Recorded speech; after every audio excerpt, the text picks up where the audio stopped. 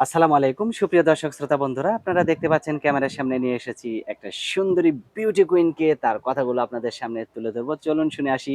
আর এই সুন্দরীর কথা শুনলে অবশ্যই আপনারা পাগল হয়ে যাবেন। ভিডিওটি দেখতে থাকুন, নাম্বারটাও পেয়ে যাবেন এই আপুর। আসসালামু আলাইকুম আপু, ওয়ালাইকুম আসসালাম। কেমন আছেন?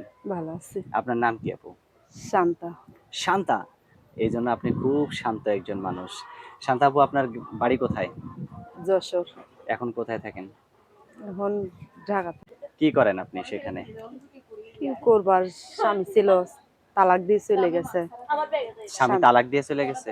আহারে, এত সুন্দর স্ত্রীদের রাইখা যে স্বামী তালাক দিছে, ওর মতো কপাল পোড়া আল্লাহর জগতের কেউ আছে কোন তো? আপনার মতো এত সুন্দরী একটা বউরে তালাক দিল কি জন্য?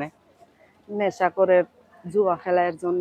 তাই আচ্ছা, তা ওইরকম একজন মানুষের কাছে আপনি কেন বিয়ে বসছিলেন? জোর করে এমনি ফ্যামিলির লোক দিছিল আর কি, আমি বিয়ে বইছিলাম। আপনার ছেলে মেয়ে কয়জন? একজন। একজন। ক্যামেরার সামনে এখন কেন আসছেন? যদি কেউ বিয়ে করতে চায় বিয়ে বসবেন? মনের মতন মানুষ পেলে বসবো। মনের মতো পাইলে বিয়ে বসবেন? হুম। সে কেমন হইতে হবে? আপনার মতোই সুন্দরী নাকি? যেমন হোক, সুন্দর লাগবে না, যেমনই হোক মনের মতন হলেই হবে, যাতে আমার দেখাশোনা করে, আমার ভালো ভাজে রাখে। মনের মতন হলেই কিন্তু হবে। আপনাকেও তো স্বামীকে ভালোবাসা দিয়ে আদর যত্ন করে রাখতে হুম। হবে, তাই না? নাহলে তো স্বামী তো আবার আছে। অন্য একজনের হাত ধরে চলে যাবে। তা তো আছে। আচ্ছা, আপনার ফোন নাম্বার দিবেন ভিডিওতে? হুম। মুখস্থ আছে? নাই। আমি বলে দিব? বলুন। আমার হাতে যে নাম্বারটা দিয়েছেন এটা সঠিক নাম্বার তো? সঠিক নাম্বার। আচ্ছা, তো আমি বলি, আমার সাথে আপনিও বলেন।